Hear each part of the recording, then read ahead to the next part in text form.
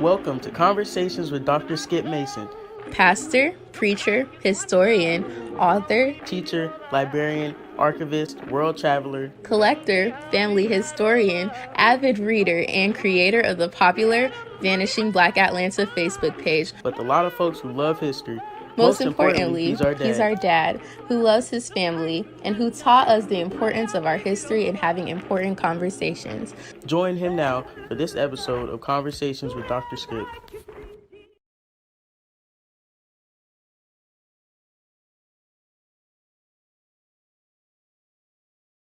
My Facebook friends, YouTube friends, my CME brothers and sisters, I am so glad to welcome you to a new season of CME 151. Amen. I am so delighted to have you here this afternoon for a special conversation with Congresswoman Nikema Williams, who is having some technical difficulties, but they're working on it, and hopefully she'll be on in just a few moments. But let me greet the senior bishop of our church, Bishop Lawrence Reddick, and Mrs. Wendy Jones Reddick. Let me greet the College of Bishops and their spouses, chaired by Bishop James B. Walker.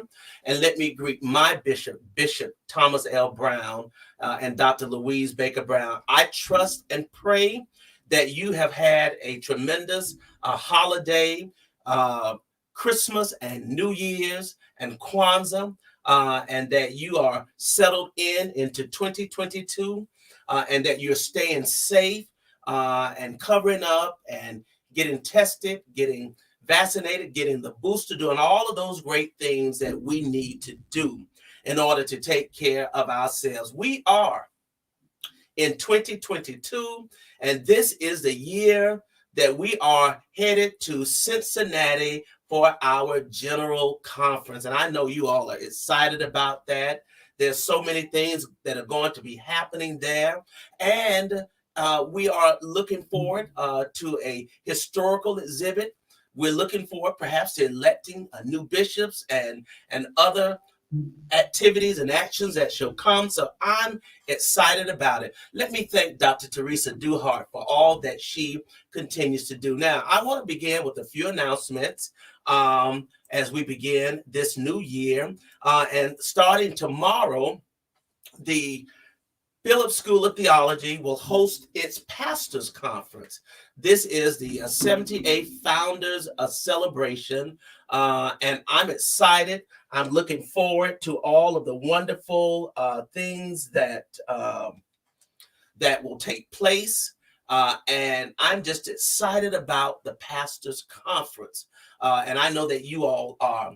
There is also a revival that is beginning with Dr. Essie Clark George, a word for each month of the year. I'm excited about this as well. But today, I'm excited about our discussion with Congresswoman Nikema Williams. As we're waiting for her to come, I'm going to share with you an excerpt of a previous program that will help you to understand who this dynamic sister is, and put into some historical perspective all of the wonderful things that she has done. Take a look at this. I do want to acknowledge Nikema Williams, who is here because in some ways she made today possible. Yes. Thank you. High praise for Congresswoman Nikema Williams, who is also the first Black chairwoman of the Georgia Democratic Party. We not only delivered Georgia's 16 electoral college votes for Joe Biden, but we delivered not one but 2 United States Senate seats to change the course and trajectory of this country. Williams is a freshman member of Congress, so new that when she got an email inviting her to the congressional signing of the COVID relief bill, the enrollment ceremony, she had to look it up. I was like, yes, but then I had to go to Google because I didn't know what an enrollment ceremony was. I love that. With voting rights under fire, she's learning the ropes fast, using her new role as Congresswoman to fight for nationwide voting protections as Republicans back home in Georgia pass a law limiting access to voting. When I talked leading up to the election, people were like, oh, that's cute. They think that they're going to win. Republicans are pushing back and they're upset that we were able to win. And so they're going to do everything in their power right now to restrict access to people who mainly look like me from voting. You are the first Black woman to represent the 5th District in Georgia. I just know that there's so many people that are looking to me to make sure that I move us like one step closer to full equality. And like Congressman Lewis often said, each generation has an obligation to move us one step closer. And so it's my turn to pick up the mantle. Williams is truly picking up the mantle from the late John Lewis. She holds his congressional seat. You and Congressman Lewis were very close. Yes. He was my mentor, my friend, my shopping buddy. And what do you mean shopping buddy? Where did you shop? Dillard's in Atlanta was our spot at Atlantic Station. But the pressure is there. It absolutely is, because I don't want to let anyone down.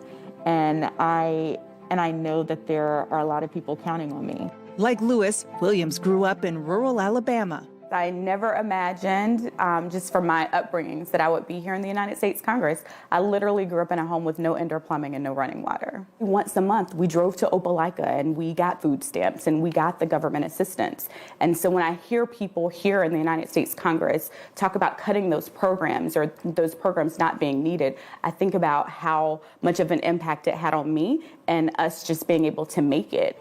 Activism is in her blood. Her great aunt was the first Black student admitted to the University of Alabama. I remember them working at the polls on election days and the leftover little cards that they would bring where you have to register if you were a Democrat or a Republican, and I would play school with those when they were brought home. I stood peacefully next to my constituents because they wanted their voices to be heard. As a Georgia state senator in 2018, she says she went to check out a protest in the Capitol and ended up getting arrested. It was not John Lewis-style civil disobedience. In our state constitution, legislators are free from arrest. Like, we're not even allowed to be arrested in our constitution.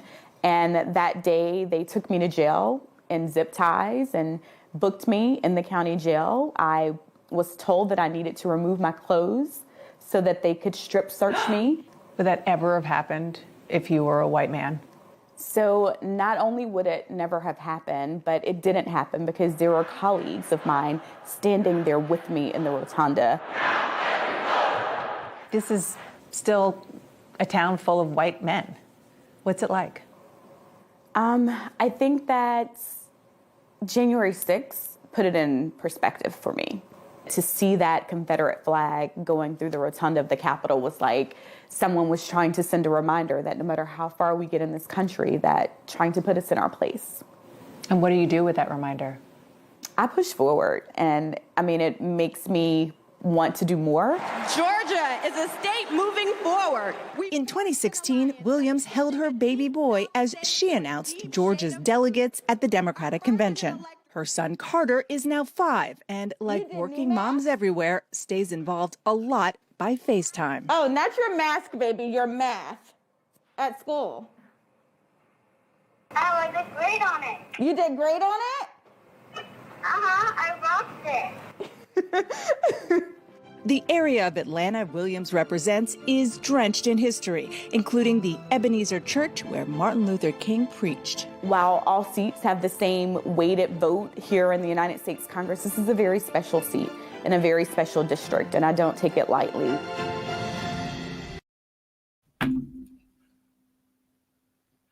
That was an amazing video and an amazing overview of this amazing Congresswoman. We're still working to get her on, so hang tight. But I got something else for you. She'll be on shortly. Watch this. Today, I want to begin with Arthurine Lucy. Many of you may be familiar with Arthurine Lucy. As you know, that she integrated the University of Alabama and that she was also a graduate of Miles College, which more importantly connects her to our beloved church. She graduated from Miles with a BA in English in 1952 after having attended Selma University. She was born in Shiloh, Alabama, the daughter of sharecroppers and the youngest of 9 children, and spent her early years attending the public school and then attending various academies before she ended up at Miles College. And it was Miles that prepared her. It was Miles that made her ready for the task that would be hers to integrate the University of Alabama. I want you to take a look at this footage, please. And the white resistance could also be violent. In February 1956, a black woman named Arthurine Lucy was quietly admitted to the all-white University of Alabama. But the night after she arrived, students and townspeople began a riot.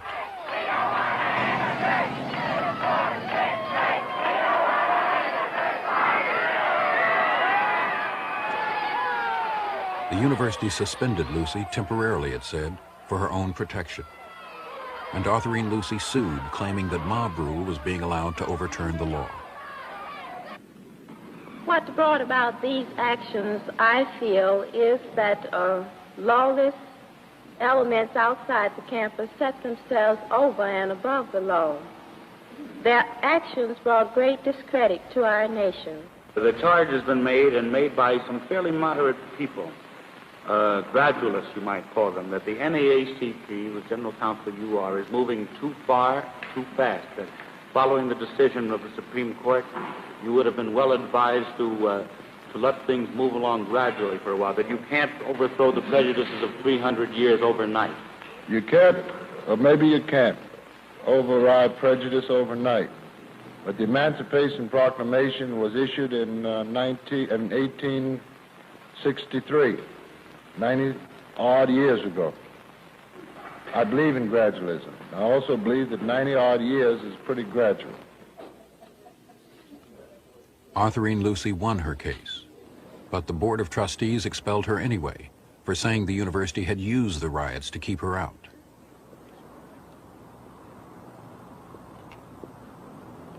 Across the South, the Lucy case gave resisting whites hope.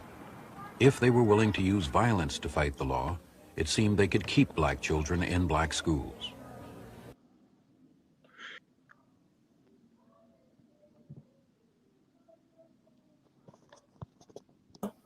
I am so delighted to welcome the distinguished Congresswoman from the 5th District of Georgia, who grew up CME, who knew Congresswoman Nikema Williams, who made an extra effort to get here today. Thank you. Welcome, Congresswoman. How are you? Hello, hello. I have been through it today trying to join you. And I mean, you almost didn't get me because I told you I was raised by my grandparents, and my grandma taught me when it's thundering and lightning outside, you better sit go down somewhere and be quiet. Right. I was like, it's storming at my house. Do they know this? I tell you, and your grandmother was right, because when it was thundering and lightning in our house, everything shut off. And we had to go somewhere. Unplug stuff.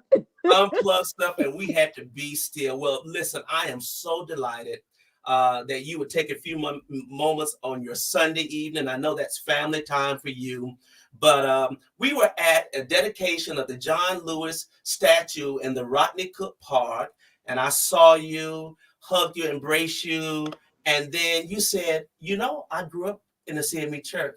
I said, stop it. No. And I have just been so intrigued by that. I showed the video prior to your getting on of your tremendous career. This was a CNN video that sort of set the stage, and I'm so glad that you're here. First of all, Congresswoman, tell us a little bit about yourself. Particularly, you were born in Columbus, and then you moved to Smith Station, Alabama, I believe. So I don't know if you would really call it a relocation or moving. So I was born in Columbus, Georgia, because there are no hospitals in the small town of Smith Station, Alabama that I grew up in. So it's right on the Alabama-Georgia line. We're even on Eastern time because everybody works in Columbus, Georgia. Wow, wow. So you were born in Georgia, but you really are an Alabama, you know. I grew up in Alabama, went to college in Alabama. All of my family is still there. Well, tell us a little bit about growing up in Alabama. And of course, we are all excited, CMEs, to learn a little bit about growing up in the St. Paul Church. You've sent some wonderful pictures that I'm going to share, but tell us a little bit about your family and your village growing up. So I was raised by my grandparents in the big city of Smith Station, Alabama. And my mom was a student at Talladega College. And so she had 1 year to finish school. And my grandma sent her right back to school. And I stayed with her and my grandparents. And so I like to call myself the baby of 10 children because my grandmother had 9 children prior to me. And I grew up in a family that always taught me that I could do anything that I set my mind to. And when I say that to the point of, you know how you go to the fair and they have like all of the games that you can win. My aunts always joke, they call me Nikki. They're like, Nikki, you thought you could do all of that, huh? And I really did. I thought I could do anything. And they just poured so much into me. My grandmother raised me in the church, St. Paul CME Church in Crawford, Alabama. And you will get a kick out of this. When I first moved to Atlanta after college, I was talking to my pastor from home about finding a church here in Atlanta to go to. And the very first church that I visited was West Mitchell Street, CME. Really? My pastor called the pastor there at the time and talked with the pastor about something. I was moving to Atlanta and needed a place to nurture me while I was here. Now, you're not going to like this part. I was living down in Fairburn, and I was like, there's no CME churches on the south side of town. And that drive downtown got me to visiting some other churches that were closer by. Well, it was our loss. And you are right. There are no churches in that area. We do have some in Southwest Atlanta. Well, we missed out on you, but we're still glad to claim you. We know that your roots are deep at St. Paul. You shared just some beautiful pictures. Let me put a few pictures up of you as an adoring little girl, Easter Sunday. Just tell us a little bit about what it was like growing up in the church and participating in programs and making Easter speeches. And you were surrounded by family members, your village, your grandmother, and I'm assuming her family, her sisters. I think you mentioned that one of your great aunts was a missionary. So what was that like for you, Congresswoman Williams?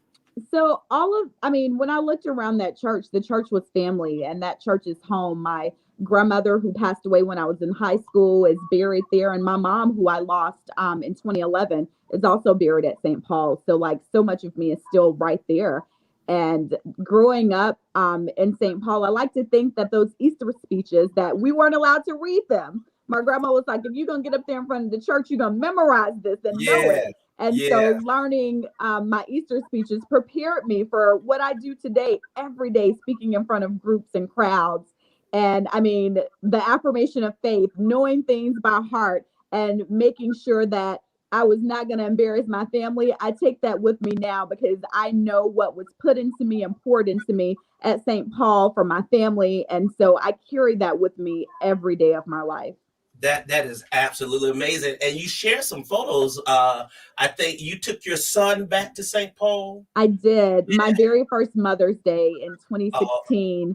Tell us about that experience for you. So that's me standing behind my great aunt and my baby. He's 6 years old now, but we took him back there to dedicate him to Christ and got him. Well, we sprinkle in the Methodist church, but and made sure that I just wanted to ground him in that same upbringing that I was grounded in, and make sure that he was able to have my church family. I mean, that's that same church that I joined when I was 12 years old. I sat on the morning bench on the front row of that church. And so I wanted him to be a part of that and make sure that we are raising him up as well in the church. What an amazing experience. And then to have your church family and the elders of your family to touch that precious baby, that smart little boy, and embrace him and surround him with the same love that you had. I found a couple of pictures. I've been all through your Facebook page today. As I say to somebody, my research team has been doing, and my research team is Skip Mason. But I found a couple of pictures that I just wanted you to share Just adorable. I'm assuming this is your mother and your sister? Yes. Oh, my mama was all about making us dress alike. There's a 3-year age difference. I'm the oldest, and that's probably the last time that I was the tallest. But when we went to church, we were always dressed and ready to go. All of these pictures were in Smith Station. That is amazing. So you attended school, you graduated from high school, and then you went on to the great Talladega College. Talladega College. Tell us about that experience. And of course, everyone knows you pledged Alpha Kappa Alpha sorority. That is widely known in Atlanta circles. But tell us about your Talladega days and the importance of a Black college experience. So both of my parents also attended Talladega. So I like to tell people that like Talladega is a part of me through and through. And I went to that campus and kind of fell in love. I wanted to go to Howard in the beginning, and my mama said that DC was a little too dangerous. She didn't want me there, and she wanted me to go to Tuskegee. So I kind of was a little rebellious, and I was like, well, if I can't go where I want to go, I'm not going where you want me to go. Right. And I could not be more happy with my experience at Talladega. I made my lifelong friends there, still talk to everyone today. Supposed to be on a national alumni meeting right now, but they'll be okay. But I got to Talladega and I got involved. I was Miss Freshman in that picture. That is some head wrap you have on, Congresswoman. Well, I was a part of the Royal Court. I was Miss Freshman at Talladega. And that is what our college queen chose for each class queen to wear. Right. And that's my mama right there with me in the gym on coronation night. Beautiful, beautiful. And so it was a great experience for you. What was your major, your undergraduate major? So when I got to Talladega, I was a psychology major, but then one of my professors told me that I was too smart to major in psychology and I needed to major in math or science. And I was like, well, science is easy for me. So I changed my major to biology and was on a track to fulfill my family's dream of me becoming a doctor, but then quickly realized that was their dream for me and not mine. I got the political bug and I have not looked back ever since. That's amazing. So after you graduated from Talladega, tell us what was the next part of your academic pursuit and your professional journey? So I went to Jacksonville State University, but I was bound and determined to make it to Atlanta. Atlanta was always where I wanted to be, where I wanted to end up. And I had a little 91 Honda Accord. I worked 3 jobs to try and figure it all out. And I moved to Atlanta not knowing a soul in 2002. I didn't know anybody. And I got my first apartment, a little culture shock because the prices were very different than Alabama. And so I worked those 3 jobs. I was a special needs educator down in Clayton County. I worked part-time at Banana Republic so that I could still shop with my 40% discount. And I drove back to Alabama every single weekend to work at a residential treatment facility called the Learning Tree. And I worked 30 hours every Saturday and Sunday because I was bound and determined to figure out how to make it work in this city. And so when I say that I was not born and raised in Atlanta, but I am the epitome of the Atlanta story of so many people that come here looking to find their way, as everybody looks at this as the place for Black people to come and make it. And I am truly the vision of the Atlanta story. You are the epitome. You are what we talk about on my Facebook page, Vanishing Black Atlanta. People who come into the city. I mean, you are deeply connected. Look, in 20 years, you have been elected to the Georgia House. You became the first Black female to chair the Democratic Party in Georgia. And you are a Congresswoman in 20 years. Yes. Congresswoman, that's amazing. I mean, and so when I think about that, not knowing anybody when I moved here, and struggling, working those 3 jobs to figure it out. And now I'm raising my son here. I met my husband here, and my son has no clue of the life that he is living because of what we did to make sure that we could be here in this city. Wow. So how did you get involved in politics? So where I got did involved. that drive come from? I got involved. Well, I've always been engaged, but not really knowing it was political. My grandpa used to pass out slate cards to let our neighbors know who to vote for. And so me and my cousins, we were just excited to ride on the back of his pickup truck, and we would pass out the cards and take them to the doors. And when I got to Atlanta, I got involved with the Young Democrats. And once I got involved with the Young Democrats, I have continuously moved up into leadership in the Democratic Party. And when I first walked into my first Young Dems meeting at Manuel's Tavern, I was like, this is Atlanta. Where are the Black people? And so I was bound and determined to get more Black people involved with the Young Democrats of Georgia. I know, and you were at Manuel's Tavern as well, too. You know, we had a couple of other hangout spots. How did you meet Congressman John Lewis? And tell us a little bit about your relationship with him. So I met Congressman Lewis through my husband. My husband worked for him in his DC office, in his Atlanta district office, and on multiple cycles of his campaign. And so when my husband first saw me, I didn't think we were dating, Skip. He thought we were dating, but I was still dating other people. And he kept coming around, and I'm like, well, maybe I should get to know him. And so as I got to know my husband and him working with Congressman Lewis, he would invite me to events, and we would continue to hang out. And so I got a chance to get a very deep and personal relationship with Congressman Lewis. He became my shopping buddy.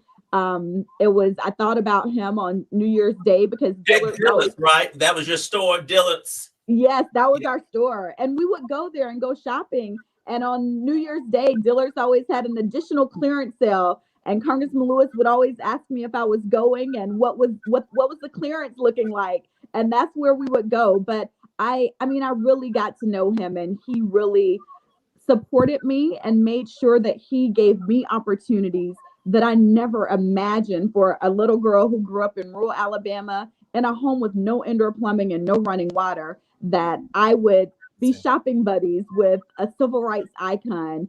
And my very first event for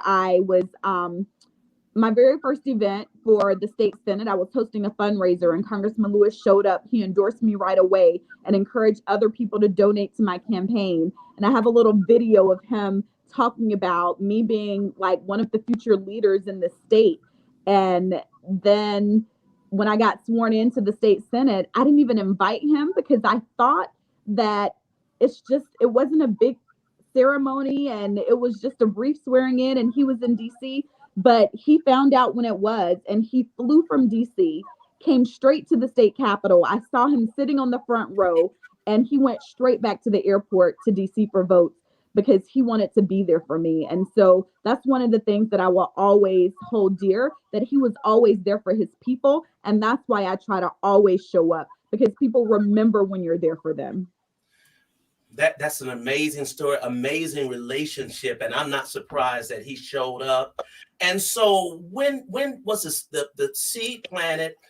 We knew that he was sick, and ultimately he transitioned to run for Congress, because I'm certain he anointed, he blessed, you, and because I kept hearing Nikema Williams. I said, oh, okay, I need to do a little bit more research. Who is Nikema Williams? I've heard of you, and I knew you were serving.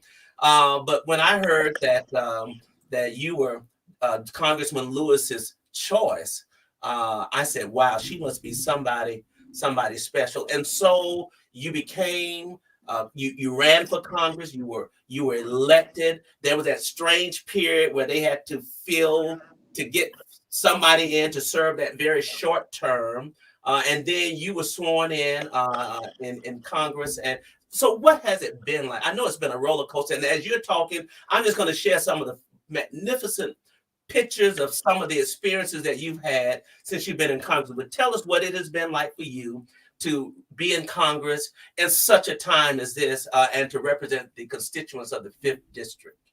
Well, first, I had just ran for re-election for my state Senate seat in June and won by 76% of the vote. And so I had every intention on going back to the state capitol to serve my Senate district. And then Congressman Lewis passed away in July, the very next month. And so I had to make a decision really quickly on if I was going to offer my name to serve. There were 132 people that entered their name that week to serve. And I was one of the 5 finalists and got all votes, but I think 2, every vote except for 2, to become the Democratic nominee and to be on the ballot in November. And I don't take that lightly. I went to Congress in January and I started working with my peers. I was elected freshman class president. And so I'm continuing to serve in Washington. There was an article that just came out about the most active freshman members of Congress, and I'm gaining on them. I'm number 2, and I don't like being number 2. So I'm working on this to get up to number 1 because our district deserves nothing less. But it has been quite the whirlwind. We came in under a pandemic, and then we all know what happened 3 days after I was sworn in with the January 6th insurrection. Indeed. But this is a once in a generation moment where we are getting investments right here to be able to bring home to the district. I have hosted more secretaries of the administration in my district than any other member. And then tomorrow morning, I was supposed to be flying out to DC tonight, but tomorrow morning I have the Secretary of Agriculture will be here. And we're going to talk about food insecurity. We're going to talk about the pandemic EBT benefits that so many of our children are receiving when schools are being shut down, and how do we make sure that kids are still fed and safe at the same time. And so I'm proud to host him at the Atlanta Community Food Bank tomorrow morning. And then Tuesday, we have the president and the vice president, coming to Atlanta to talk about voting rights. But this is more than just a discussion on voting rights. This is about the action plan moving forward. And I also have a little guest right here. Carter Mommy is in the middle of a conversation. That's Mr. Carter. Daddy's upstairs. You want to say hi? No, but Mommy, which room is Daddy in? Baby, I don't know. I'll be. I love it. He said, Mommy, where did Daddy go? Which room is he in? Go right. For him. That's right. Little Carter makes sure that, you are the Congresswoman, but you're Mommy first.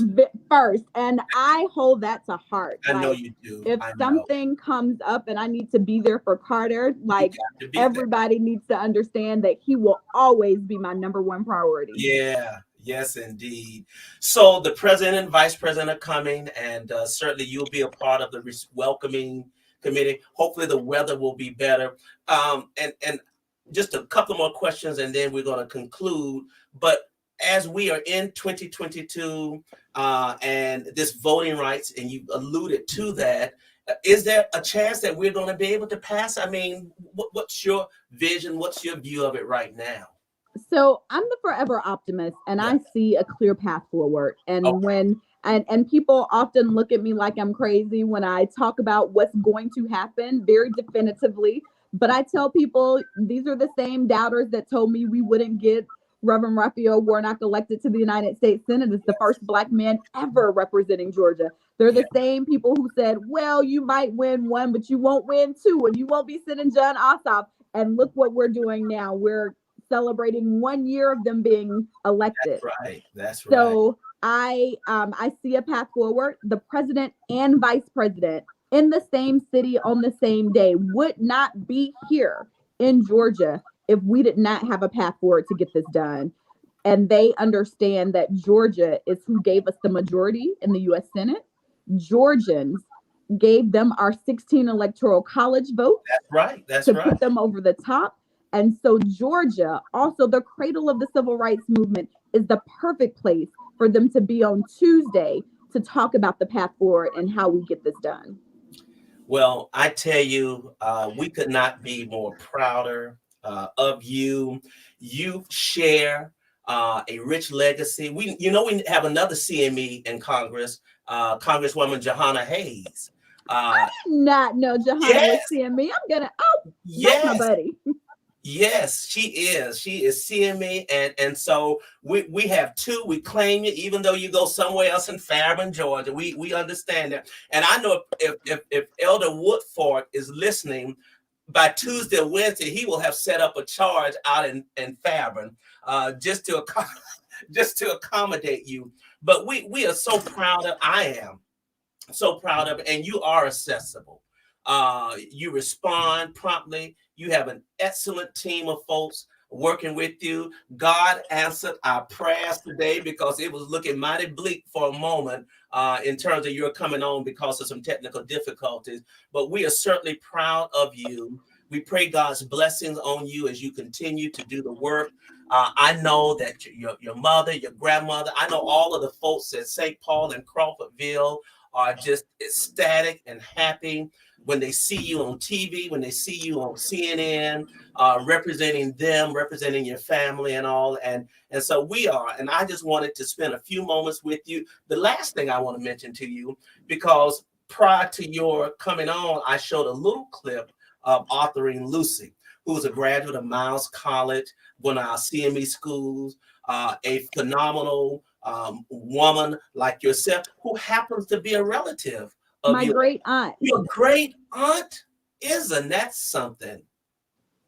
It's my great aunt, and she still lives over right outside of Birmingham, Alabama. She's a retired educator. And tomorrow, I guarantee you, she will be in front of the TV screen saying "Roll Tide." My cousin Amber sends me pictures all the time of her as she is watching football games. And she, just a couple of weeks ago, I guess Auntie Autherine thought that she wasn't going to get her annual Christmas card that has the pictures of Carter every year.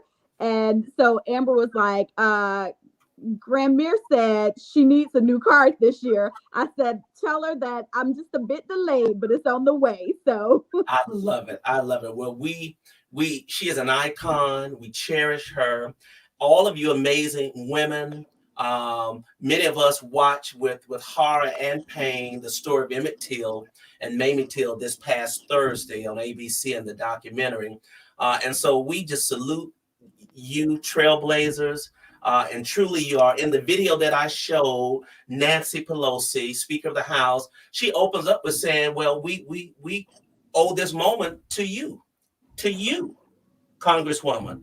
And Nancy Pelosi, she speaks the truth. And so we do. We are grateful. We still have work to do because we have another election coming up. We know Warnock is up.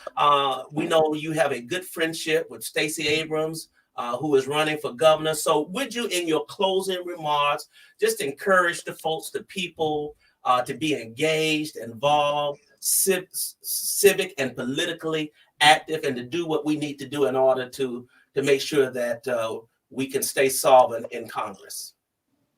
So there is so much that continues to be at stake. We saw what happened in 2020, what happens when we come together and flex our power as the voters in this state, as voters in the Deep South. And y'all, we can do it again. We have shown the entire country what is possible. And I have people coming up to me all the time saying that if y'all could do it in Georgia, we believe we can do it in our state as well. So this year, we're not going to just wait for the slim margin of a 50-50 Senate, because other people have seen what is possible through our work. And so we've got to keep it up, y'all. We have children that are counting on us to make sure that the child tax credit continues. We literally cut childhood poverty in half. And that's not something that you just go back and undo. So we have work to do. We have to make sure that we get affordable housing funds, childcare funds, paid family leave. Our funding for historical Black colleges and universities is all at stake, and it's up to us. So I'm going to do my part, but I know that I'm not doing it alone because you guys have been with me every step of the way. And I look forward to being victorious once again for the people.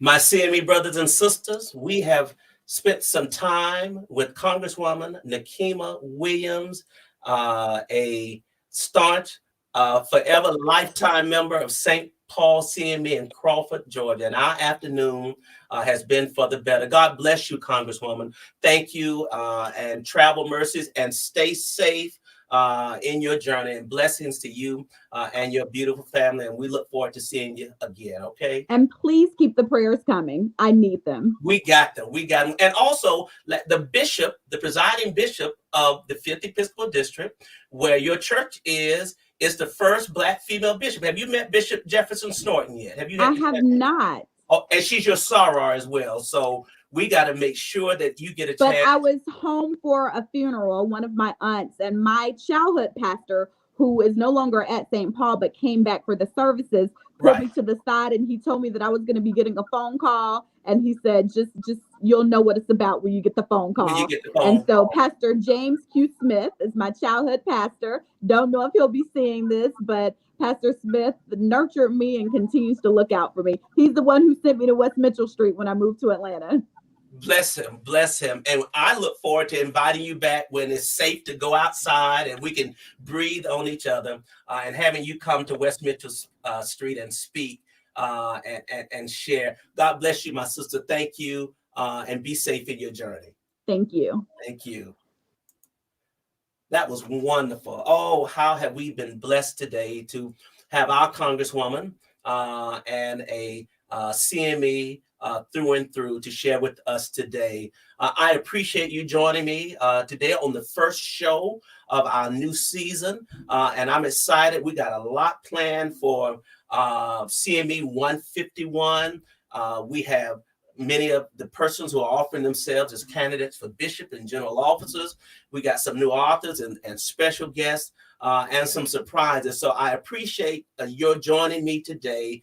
God bless you. Go in love and go in peace. And I am going to play the opening video for those of you who missed it that tells us a little bit about this distinguished woman who we've had the opportunity to feature. And I think that you will enjoy seeing this again. I do want to acknowledge Nikema Williams, who is here because in some ways she made today possible.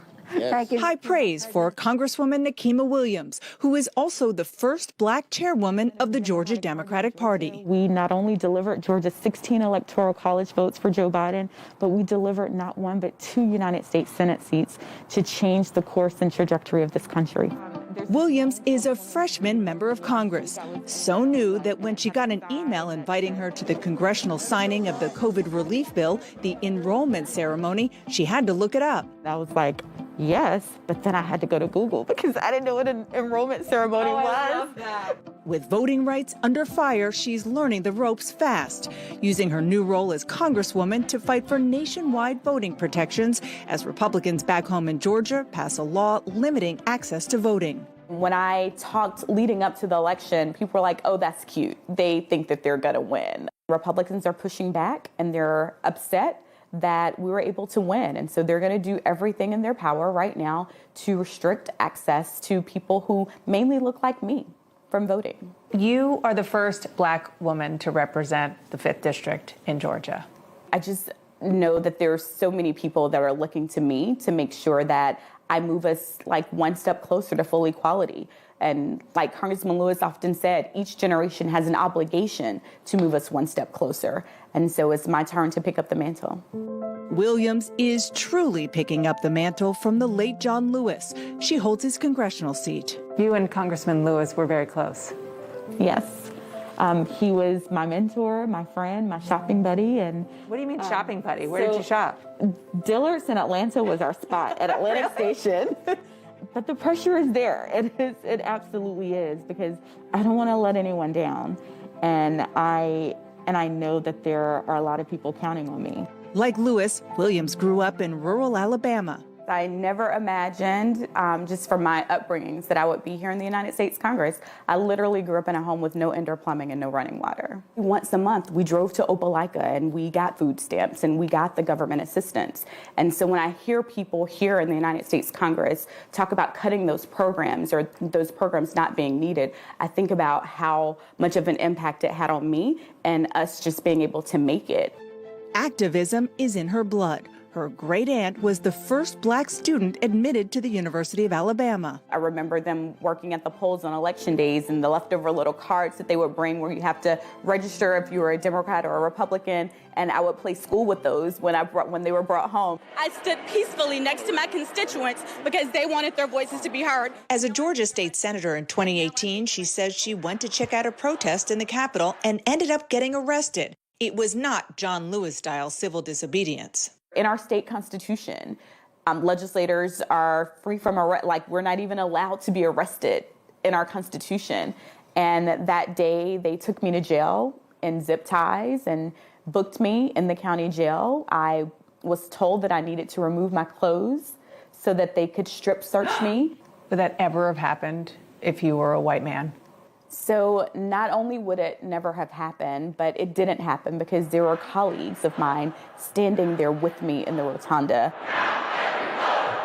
This is still a town full of white men. What's it like? I think that January 6th put it in perspective for me. To see that Confederate flag going through the rotunda of the Capitol was like someone was trying to send a reminder that no matter how far we get in this country, that trying to put us in our place. And what do you do with that reminder? I push forward, and I mean, it makes me want to do more. Georgia is a state moving forward. In 2016, Williams held her baby boy as she announced Georgia's delegates at the Democratic Convention. Her son Carter is now 5 and, like working moms everywhere, stays involved a lot by FaceTime. Oh, not your mask, baby, your math at school. Oh, I did great on it. You did great on it? I rocked it. The area of Atlanta Williams represents is drenched in history, including the Ebenezer Church where Martin Luther King preached. While all seats have the same weighted vote here in the United States Congress, this is a very special seat in a very special district, and I don't take it lightly.